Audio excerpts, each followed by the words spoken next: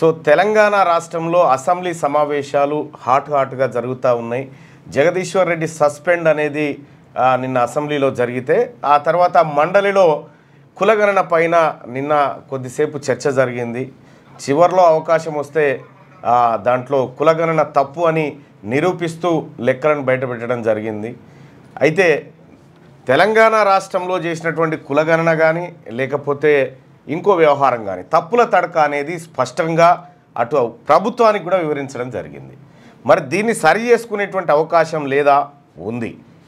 కానీ ముందే ఒక ఫిగర్ ప్రకటించడంతో ఇప్పుడు సంశయంలో పడి ముఖ్యమంత్రి గారు డీమ్ అని డైలాగులు కొట్టినా కూడా అది అబద్ధం అని చెప్పి తేలిపోయింది. సో దానికి సంబంధించి మేము గతంలో ఏ సర్వే చేయలే, 1931లో చేసిన కులగణనే మళ్ళీ చేయలేదు, లెక్కలెట్ట తెలిసినాయని చెప్పి వితండవాదానికి దిగే ప్రయత్నం చేస్తారనేటువంటి ఆ అంశం నాకు ఆలోచన ఉంది. దాంతో రాష్ట్ర ప్రభుత్వం ఇచ్చిన బుక్లోంచే లెక్కలు తీసి పెట్టిన.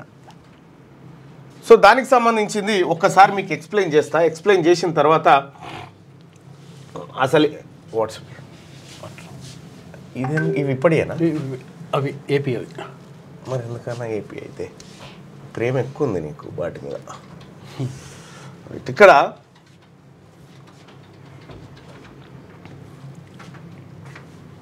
ఇక్కడదే మా భరత్ది జన్మదినం ఇవాళ దా ఈయన మన వార్తలు అన్నీ తీసే కెమెరామెన్, రోజు మార్నింగ్ న్యూస్ అన్నీ చేసే భరత్ది జన్మదినం ఇవాళ. భరత్కి జన్మదిన శుభాకాంక్షలు, జన్మదిన పుట్టినరోజు శుభాకాంక్షలు. రైట్. నా ఫ్రెండ్ తమ్ముడు క్యూ న్యూస్ అప్పటి నుంచి ఇక్కడే ఉన్నాడు. భరత్ రైట్. ఇక్కడ తెలంగాణ రాష్ట్రంలో కులగణన తప్పు అని చెప్పడానికి మీ ముందుకు ఒక అంశాన్ని తీసుకొస్తా ఉన్నా. మళ్ళీ ఎందుకంటే క్లియర్గా ఎక్స్ప్లెయిన్ చేయాల్సినటువంటి అవసరం ఉంది. ఇది ముఖ్యమంత్రి రేవంత్ రెడ్డి గారి ఫోటో, అది బట్టి విక్రమార్క గారి photo. Telangana socio economic outlook 2024 అనేది ఇది రాష్ట్ర ప్రభుత్వం అందరి సభ్యులకు ఇచ్చింది. ఇది ఆన్లైన్లో కూడా ఉంది. గవర్నమెంట్ తెలంగాణ గవర్నమెంట్ ఇచ్చినటువంటిదే. అయితే దీంట్లో ప్లానింగ్ డిపార్ట్మెంట్ ఇచ్చింది. తెలంగాణలో చేసిన కులగణన సర్వే తప్పు అని ఈ బుక్కే చెప్తుంది, వేరేది కూడా కాదు. మళ్ళీ కేసీఆర్ వేసిన బుక్లు అవి కాదు, రేవంత్ రెడ్డి గారు వేసినటువంటి బుక్కే తెలంగాణ రాష్ట్రంలో కులగణన తప్పు అని చెప్తా ఉంది. ఇంకో ఇక్కడ 2011 క్యాస్ట్ సెన్సస్ ప్రకారం 3,50,00,000 మంది ఉన్నారని చూపించారు. సరే, ఇక్కడ కిందికి వద్దాం. ఇక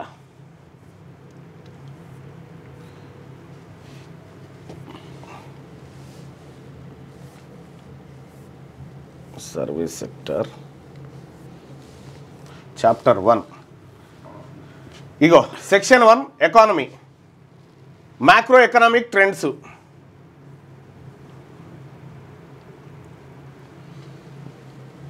స్థూలార్థ శాస్త్రం, మ్యాక్రో. రైట్.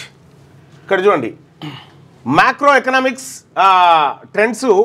ఇది తెలంగాణ రాష్ట్ర ప్రభుత్వం ఇచ్చిన బుక్. మొన్ననే ముఖ్యమంత్రి రేవంత్ రెడ్డి గారి సారథ్యంలో అందరికి ఇచ్చారు. దీంట్లో ఒకసారి దయచేసి మార్నింగ్ న్యూస్ చూస్తున్నటువంటి మిత్రులారా, మీ దగ్గర సెల్ ఫోన్ ఉంటే లేకపోతే క్యాలిక్యులేటర్ ఉంటే తీసి పెట్టుకోండి. In 2023-24 Telangana gross state domestic products GSDP at current prices 14.64 లక్షల కోట్ల సంపద తెలంగాణ కరెంట్ ప్రైస్ రూపంలో ఉంది అని చెప్పారు. 14.64 లక్షలు. క్యాల్కులేటర్ తీసుకున్నాం కూడా ఎందుకైనా మంచిది.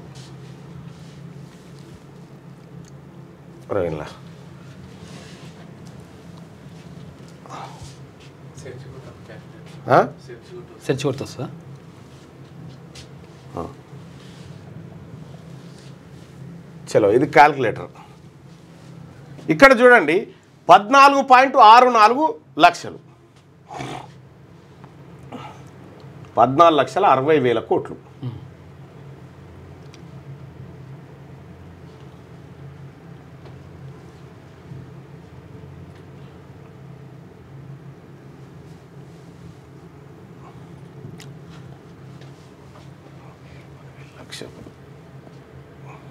ఎక్కువైతున్నాడు.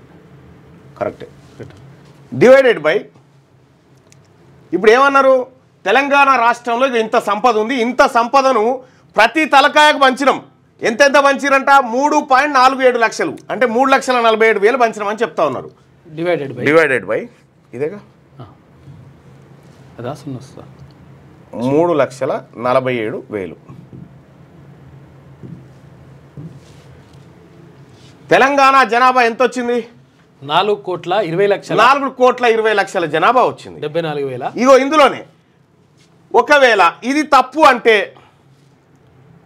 తప్పు అంటే తెలంగాణ రాష్ట్ర ప్రభుత్వం శాసన మండలి సభ్యులకు, శాసనసభ్యులకు తప్పుదో పట్టించే బుక్ ఇచ్చింది అన్నట్టు, మోసం చేసే బుక్ ఇచ్చింది అన్నట్టు.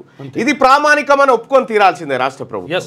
ఇక్కడ మీరిచ్చినటువంటి దాంట్లోనే 4,20,00,000 మంది జనాభా. ఇప్పుడు దీంతో ఇది భాగిస్తే వచ్చేది జనాభా. తలకాయకు ఇంత అన్నారు, ఇంత సంపద ఎంత ఉందో చెప్పిరు, ఒక తలకాయకి ఎంత పంచిరో చెప్పిరు. ఇది డివైడెడ్ బై ఇది కొడితే వచ్చేది జనాభానే. 4,20,74,000 వస్తుంది. మరి ఇప్పుడు దీనికి ఏం సమాధానం చెప్తారు? ఇది తప్పుడు లెక్క. తెలంగాణ రాష్ట్ర ప్రభుత్వం ఏం చెప్పింది, 3,70,00,000 మందే ఉన్నారన్నారు. ఇప్పుడు ఈ లెక్క ఆ లెక్కకు దాదాపు 50 లక్షల మంది మిస్ అయ్యారు. 50 లక్షల మంది మిస్ అయిపోయారు. రాష్ట్ర ప్రభుత్వం బయట పెట్టిన కులగణన సర్వే తప్ప, లేకపోతే ఈ బుక్ తప్ప, ఈ రెండిట్లో లేదు తప్ప రాష్ట్ర ప్రభుత్వం సమాధానం చెప్పాలా. మనం ఏం చెప్పినామో అదే లెక్క మిస్ అయింది. ఎగ్జాక్ట్ గా బరాబర్ అట్లే వచ్చింది. 50 లక్షల మంది మిస్ అయ్యారా, 50 లక్షల మంది మిస్ అయ్యారు కరెక్ట్ గా. అంటే తెలంగాణ రాష్ట్ర ప్రభుత్వము ఎవరిని మభ్య పెట్టాలని చూసింది? ఇక్కడ 14,64,000 డివైడెడ్ బై 3,47,000 కొడితే ఈక్వల్ టు ఎంతమంది జనాభా అంత వస్తుంది కదా. పోనీ మన సంపద ఏమైనా బయట రాష్ట్రాలలో తలకు పెట్టినామా? ఈ లెక్క తప్పెందుకు అయింది? ఒకవేళ ఇది తప్పు అని చెప్తే మన పర్ క్యాపిటా తప్పు, మన జిఎస్డిపి తప్పు, మనం ఇచ్చిన లెక్కలే తప్పు, మనం ఇచ్చిన లెక్కలే తప్పు. అందుకోసమే ముఖ్యమంత్రి గారు మీరు డీమ్ అని ఎక్కడ చర్చకైనా సిద్ధం, ఇక బంద్ చేయరు ఇవన్నీ డైలాగులు. ఈ డైలాగులు బంద్ చేయరి. తెలంగాణ ప్రజలు ముఖ్యంగా ఈ బీసీ ప్రజలంతా ఎడ్డోళ్ళు గుడ్డోళ్ళు మనం ఏం చెప్పినా డైలాగులో పడిపోయేటోడు ఎవరు లేడు, డాటాకే పడిపోతారు. అందుకోసమే ఈ లెక్క తప్పు అని నిన్న కుండ బద్దలు కొట్టినట్టుగా చెప్పిన. నేను మాట్లాడి లెక్కలు బయట పెడితే మంత్రి పొన్నం ప్రభాకర్ గారు ఏమన్నారు, ఆ లెక్కల సంగతి మేము చూడలేదు కానీ అని అంటుండ్రు. చూడకుండా ఎట్లుంటుంది, మీరు ఇచ్చిన లెక్కలే కదా. ఒక రాష్ట్ర ప్రభుత్వం ఈ పుస్తకానికి రెస్పాన్సిబుల్, అధికారికంగా సభ్యులకు పంచిన పుస్తకంలో ఉంది. ఇది ఇట్లా 20 మాటలు నిరూపిస్తా ఇదే బుక్లో మీ సర్వే తప్పని. ఈ కారణం ఏది, ఈడబ్ల్యూఎస్ కోటాను రక్షించుకోవడానికి వాళ్ళ జనాభాను ఎక్కువ చేసి చూపించి బీసీల జనాభా తక్కువ చేసి చూపించినటువంటి పరిస్థితి కనిపిస్తూ ఉంది. ఇక్కడ 50 లక్షల మంది మిస్ అయ్యారు. 50 లక్షల మంది ఎటుపోయారు? వీళ్ళంతా బీసీలే కదా, ఎస్సీలే కదా, ఎస్టీలే కదా, వీళ్ళంతా ఎటుపోయారు? వీళ్ళు మిస్ అయ్యి కొత్తగా 15 లక్షల మంది 16 లక్షల మంది అప్పర్ క్యాస్ట్ వాళ్ళు వచ్చేసారు. ఎట్లా? ఇగో ఈ లెక్కలు ఈ రాష్ట్ర ప్రభుత్వం చిత్తశుద్ధితో లేదు. 42% రిజర్వేషన్ బాధ్యత తీసుకుంటాం, దానికోసం రాష్ట్ర ప్రభుత్వంతో కలిసి పనిచేస్తాం, ముందడుగు వేస్తాం. కానీ ఈ లెక్కల వల్ల ఈడబ్ల్యూఎస్ కోటాను రక్షించుకునేటువంటి కుట్ర జరుగుతూ ఉంది. కాదు ఇన్ని రోజులు ఈడబ్ల్యూఎస్ అంటే మరి దాని గురించి ఒక్కసారి మాట్లాడతారు. ఒక్కసారి ఎందుకు ఇది అసలు క్యాబినెట్ లో తీర్మానం ఎప్పుడు చేసిరు? ఏది కులగణన చేయాలని 2024 ఫిబ్రవరిలో చేసిరు. మరి 10 నెలలు ఎందుకు ఆగినావు? వెంటనే ఈ లెక్కలు బయటకు వస్తే ఈడబ్ల్యూఎస్ కొంప ఉనుతుందని వెంటనే ఉద్యోగాల భర్తీ మీద దృష్టి పెట్టి ఈడబ్ల్యూఎస్ కోటాల ఉద్యోగాలు భర్తీ చేసుకుంటా తీరా ఆ భర్తీ రిజల్ట్కు ఈ లెక్కలకు సరిపోయేటట్టు చేసినావు. ఇదే కదా కుట్ర. ఇంతకు మించిన కుట్ర నయవంచన ఏముంటుంది బీసీలకు? ప్రతిపక్షాలు కూడా మాట్లాడతలే. ఈ విషయం ఏంటంటే ఈడబ్ల్యూఎస్కు సంబంధించి మాట్లాడాలి. ఇప్పుడు కులగణన తప్ప అంటే బీఆర్ఎస్ ఎత్తుకుని ఈడబ్ల్యూఎస్ ను మన మీద రుద్దిందేమో కేసీఆర్. ఆయన నరేంద్ర మోడీ గారు చట్టం చేసి పంపితే నరేంద్ర మోడీ గారు కేసీఆర్ గారు ఇంప్లిమెంట్ చేశారు. అంతా వీళ్ళంతా కలిసి ఆడిన కుట్ర ఇదంతా. వాళ్ళు మాట్లాడతలేరు. ఇప్పుడు వాళ్ళు కూడా మాట్లాడతలేరు. ఈడబ్ల్యూఎస్ గురించి మాట్లాడాలి. ఇవాళ కరెక్ట్ గా లెక్కలుంటే ఇవాళ ఈడబ్ల్యూఎస్ కోట్ ఎంత అన్యాయం చూడరు. ఇగో ఇగో ఇవి గ్రూప్ 1 గ్రూప్ 2కి సంబంధించినటువంటి జనరల్ ర్యాంకింగ్ లిస్ట్ ఇవి. ఇక్కడ గ్రూప్ 1కి సంబంధించి ఇదేంది గ్రూప్ 1 2 ఇది 2 ర్యాంకింగ్, ఇది 2. ఓకే, ఇది 2. ఇందులో టాప్ 500లో 132 మంది ఓసీలు ఉన్నారు. టాప్ 100లో 32 మంది ఓసీలు ఉన్నారు. ఇంకా గమ్మది విషయం చెప్తే బోర్డు పెట్టు. గ్రూప్ 2లో గ్రూప్ 1 ఇది, గ్రూప్ 2.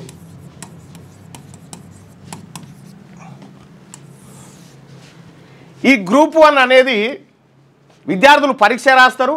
పరీక్ష రాస్తే ఈ పరీక్ష పేపర్లను దిద్దేది డిగ్రీ లెక్చరర్లు, వీళ్ళు దిద్దుతారు. ఏదేంది మాన్యువల్గా దిద్దేటువంటిది, మాన్యువల్గా. ఇగో ఇదేమో కంప్యూటర్, ఇది కంప్యూటర్లో దిద్దుతారు. ఇక్కడ మీరు చూడండి, తేడా చూడండి. గ్రూప్ 2లో ఈ గ్రూప్ 2లో టాప్ 100 పోస్టులలో, టాప్ 100 ర్యాంకులలో గ్రూప్ 2లో ఏం జరిగిందంటే ఓసీలు వితౌట్ ఈడబ్ల్యూఎస్ ఓసీలు 14 మంది వచ్చారు. ఓకే 14 మంది. ఇక్కడ ఇది ఎందుకు కంప్యూటర్ దిద్దుతుంది కదా, ఓకే, డైరెక్ట్ వచ్చేస్తుంది లెక్క. ఇక గ్రూప్ 1 తీసుకో, ఇది మనుషులు దిద్దుతారు. ఇది మనుషులు దిద్దుతారు కదా. టాప్ 100 ఎన్ని మార్కులు వేయాలని డిసైడ్ అయిపోతుంది లెక్క. ఈడ మనుషులు డిసైడ్ చేస్తారు. టాప్ 100లో వితౌట్ ఈడబ్ల్యూఎస్ 32 మంది వచ్చారు. చూసుకో, ఓసీలు వితౌట్ ఈడబ్ల్యూఎస్. ఈడబ్ల్యూఎస్ కలుపుకుంటే 10 మంది ఆటోమేటిక్, 110 కదా, ఇంకేంది ఆటోమేటిక్. నేను ఏమంటున్నా ఇక్కడ అంటే అదేమో ఓఎంఆర్ షీటు, ఎస్, బబుల్ చేస్తే కంప్యూటర్ దిద్దుతుంది. ఇదే మనుషులు చేత్తో దిద్దుతారు కదా. చేత్తో దిద్దితే ఏది టాప్ 100 ఉద్యోగాలలో 32 ఓసీలు ఈడబ్ల్యూఎస్ కాకుండానే. ఈడబ్ల్యూఎస్ కలుపుకుంటే 44 వస్తాయి.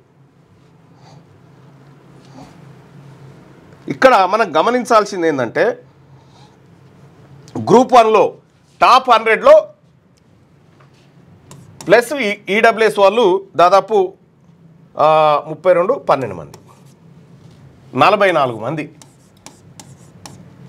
టాప్ 100లో 44 మంది ఓసీలే. ఓసీల జనాభా 7% ఉంటే వాళ్ళకు 44% ఉద్యోగాలు టాప్ 100లో దొరికినాయి. చూసుకో, బీసీల జనాభా 62% ఉంటే మొత్తం బీసీలే కాదు, బీసీ, ఎస్సీ, ఎస్టీ 90% ఉన్న జనాభాకి 90% ఉన్నటువంటి జనాభాకి టాప్ 100లో 56 దొరికినాయి. 7% ఉన్న వాళ్ళకేమో 44% ఉద్యోగాలు దొరికినాయి టాప్ 100లో. 90% ఉన్నాయి బీసీ, ఎస్సీ, ఎస్టీలకు 56 దొరికినాయి. ఏది చేతితోని దిద్ది మార్కులు వేసే దాంట్లో. యా టాప్ 500లో మొత్తం 500 ఉద్యోగాలుగా, 500 ఉద్యోగాల్లో 184 ఉద్యోగాలు, 184 టాప్ 500లో ఓసీలు ఉన్నారు. ఇక గ్రూప్ 2లో చూద్దాం.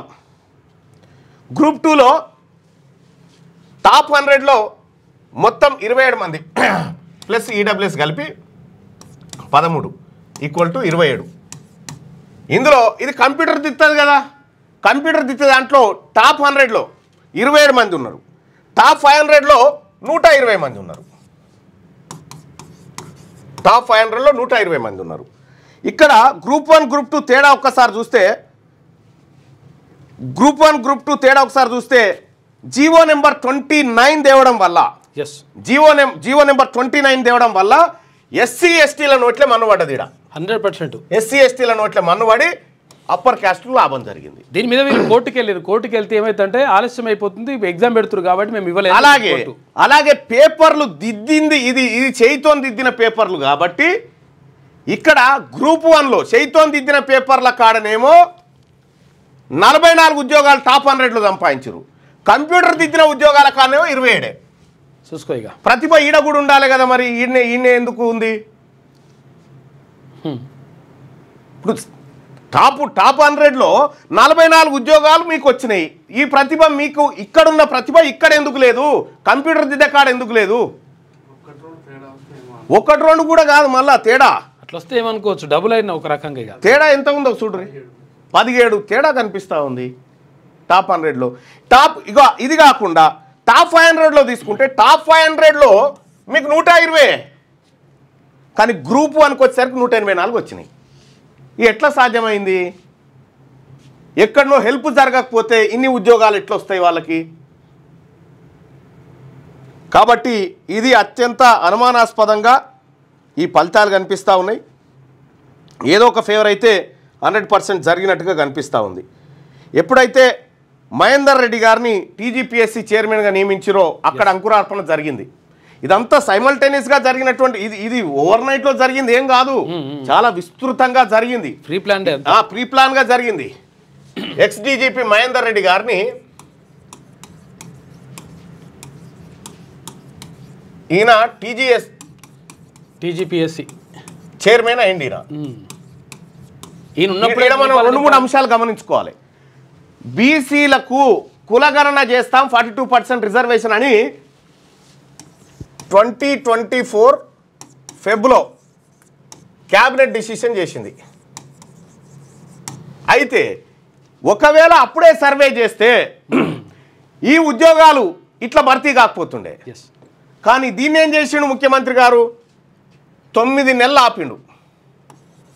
9 నెలలు ఆపి ఓ వైపు ఎందుకు ఆపిండి? ఇది ఈ గ్రూప్ 1 నోటిఫికేషన్ 1+2 3 ఈ నోటిఫికేషన్లు వేసింది. ఎందుకు?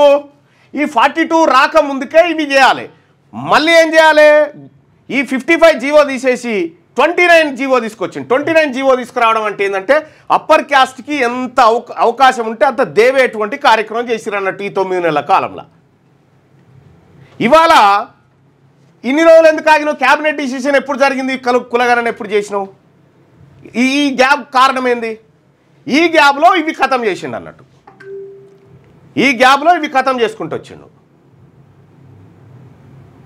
మరి బీసీ నిరుద్యోగులారా, ఎస్సీ నిరుద్యోగులారా, ఎస్టీ నిరుద్యోగులారా, టాప్ 500లో 183 ఉద్యోగాలు కొట్టుకపోయారు వాళ్ళు. వాళ్ళ జనాభా ఎంత?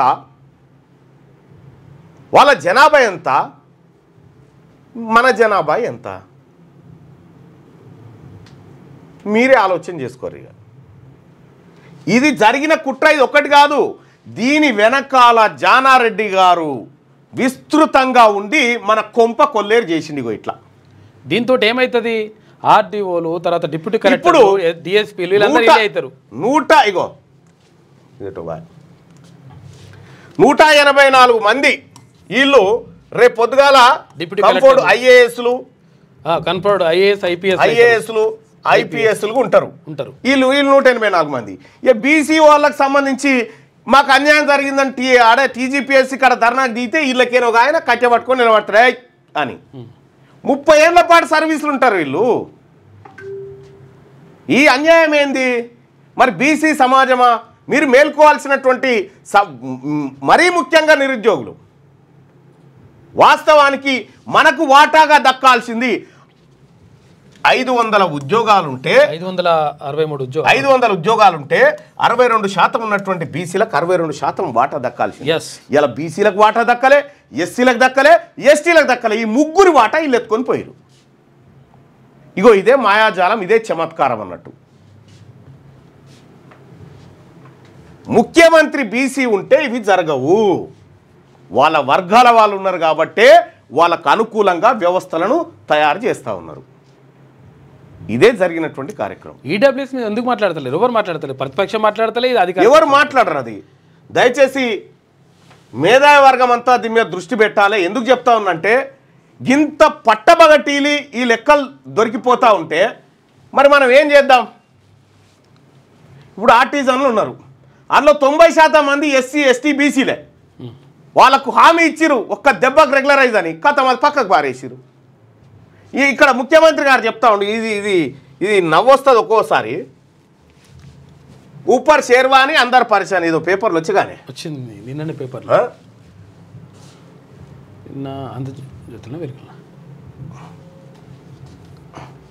ఊపర్ షేర్వాని అందరు పరేషాన్ అని నిన్న ముఖ్యమంత్రి గారు చెప్తా ఉన్నాడు.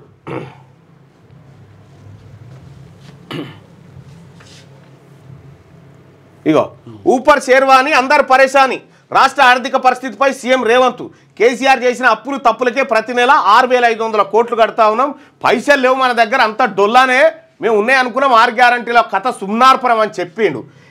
ఇవి చెప్పుకుంటే ఏమంటాడు మళ్ళా ముఖ్యమంత్రి గారు,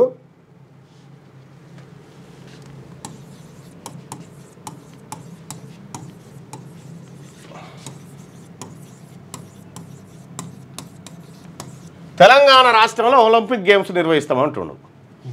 తెలంగాణ రాష్ట్రంలో ఈడ సిరగోన గిల్లిదండ ఆడటానికే పైసలు లేవు మంతాన. గతంలో ఈయన ఏమన్నాడు చూడు ఒకసారి. కాదు, ఈడ గిల్లిదండ ఆడటానికే పైసలు లేవని ఈడ చెప్తున్నాడు.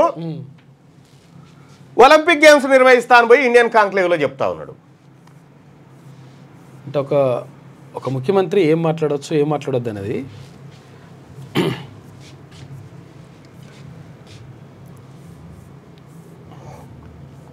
ఇగో కోరుకో అదిగా గిది ఒకసారి చెప్పి. ఇగో జిల్లా న్యాయస్థానాల జీపీ కోట రామచంద్రారెడ్డి నియామకం, మల్లొక రెడ్డికి జీపీగా నియామకం జరిగింది. మనం ఇంత మొత్తుకుంటుంటే మొన్న ఇద్దరు ఇగో ఇయ్యాలి ఒకరు మొత్తం కోట్ల నిండా వాళ్ళే. ఇక బీసీ న్యాయవాదులారా మనం ఏడున్నాం, ఎస్సీ ఎస్టీ న్యాయవాదులారా ఎక్కడున్నాం మనం ఒకసారి ఆలోచన చేసుకోరి. ఇంతగానో మొత్తుకుంటుంటే మళ్ళీ అయిపోయా. ఇగో మరుడా కోరుకో నీకు అన్ని ప్రసాదిస్తున్నానని చెప్పాడు. ఎన్నికలు అయిపోయిన తర్వాత 15 రోజులు కూడా కాకుండానే నేను ఆర్థికంగా దివాలా తీశాను, నా దగ్గర 1 రూపాయి కూడా లేదు, ప్రభుత్వం నడపడం నాకు చేత కాదు, ఉద్యోగుల జీతభత్యాలు కూడా వచ్చే నెలలో ఎలా ఇవ్వాలో నాకు తెలియకుండా ఉంది, కనుక ప్రజలే భరించాలి, ప్రజలే నడిపించాలి, ప్రజలే డబ్బు నాకు ఇవ్వాలి, ప్రజల సలహాలు ఇవ్వాలి అని ప్రజల మీద పడ్డాడు. ఇది బహుశా నాకు తెలిసినంత వరకు భారతదేశ చరిత్రలో ఏ రాష్ట్ర ప్రభుత్వం కూడా అధికారపూర్వకంగా నేను దివాలా తీశాను అని ప్రకటించుకున్నటువంటి సందర్భం ఇంతవరకు కని విని ఎరుగు. ఇది ఇక్కడనే ఊపర్ షేర్వాని అందరు పరేషాన్ అంటావు, ఇంకో దిక్కు అదే సభల ఒలింపిక్స్ గేమ్స్ ఏదో బ్యూటీ ఏదో ఉందిగా, ఏది ప్రపంచ సుందరి పోటీలు జరుగుతూ ఉన్నాయి. అదే జరిగినప్పుడు ఒలింపిక్స్ ఎందుకు పెట్టమంటాడు, మింగం ఎత్తుకులేదు మీసాలకు సంపంగా నువ్వు అన్నట్టుగా. ఈడనేమో పైసలు లేవని చెప్తావు. ఏది ఊపర్ షేర్వాని అందరు పరేషాన్ అనేవో ఈడంటావు. అదే మీటింగ్లో వైనాట్ ఇక్కడ ఒలింపిక్స్ ఎందుకు నిర్వహించలేమో అంటాడు. ఒలింపిక్స్ మా సంగతి దేవుడు ఎరుగు, ముందు గొర్రెల పైసలు, ఈ కాంట్రాక్టులు, ఈ సర్పంచ్ల పైసలు అయితే ముందుగాల ఒలింపిక్స్ దాకా పోయి నువ్వు బాధపడుతున్నారు వాళ్ళు. ఎంత గోసా జనానికి.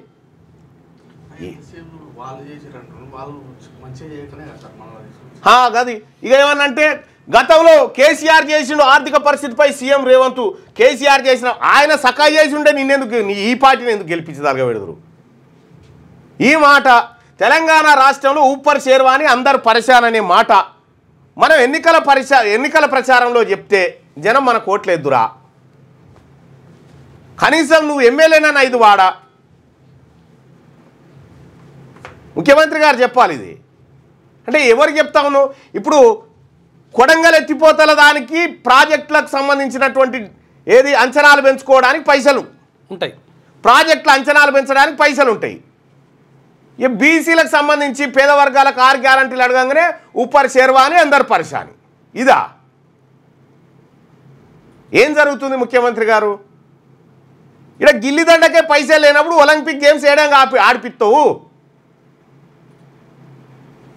ఇప్పటికైనా ప్రజలకు వాస్తవాలు చెప్పు, తప్పే ఉంది.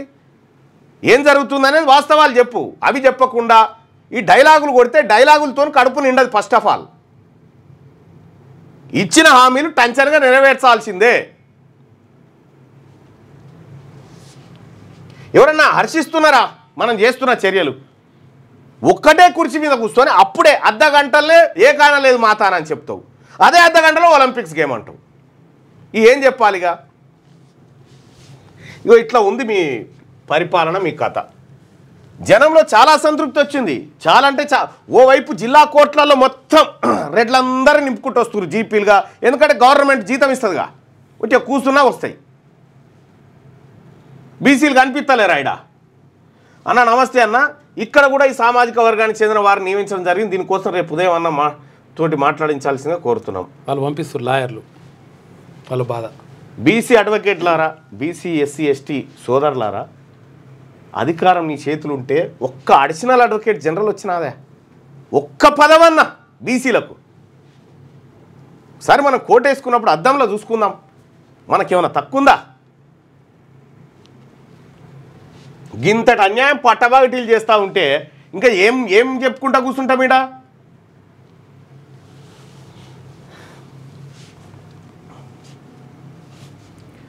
అగో సిప్యాక్ 24 డేటా ఎంట్రీ ఆపరేటర్కు ఇంకా రాలేదట పైసలు. అన్నీ మాట్లాడతా బాయ్ సాబ్, జాబ్ క్యాలెండర్, గీప్ క్యాలెండర్, ఇచ్చిన హామీలు, మన్ను మాట్లాడడం ఏం అన్నీ మాట్లాడుకుందాం. ఎవరు ఏం చేసేదేం లేదు, పోయేదేం లేదు. క్యూ న్యూస్లో పనిచేయటకు వీడియో ఎడిటింగ్ మరియు ఎస్ఈఓలో అనుభవం గల జూనియర్ ఎడిటర్స్ కావాలను సంప్రదించవలసిన నెంబర్ 8688926084. లేటెస్ట్ న్యూస్ తెలుగు మరియు ఇంగ్లీష్ అప్డేట్స్ కోసం ఇప్పుడే క్యూ న్యూస్ అఫీషియల్ యాప్ని ప్లే స్టోర్ నుండి డౌన్లోడ్ చేసుకోండి. సరికొత్త సమాచారాల కోసం క్యూ న్యూస్ వెబ్సైట్ని ఫాలో అవ్వండి. ఛానల్లో ప్రాంతీయ, జాతీయ, అంతర్జాతీయ వార్తలు వీక్షించండి. లైక్ చేయండి.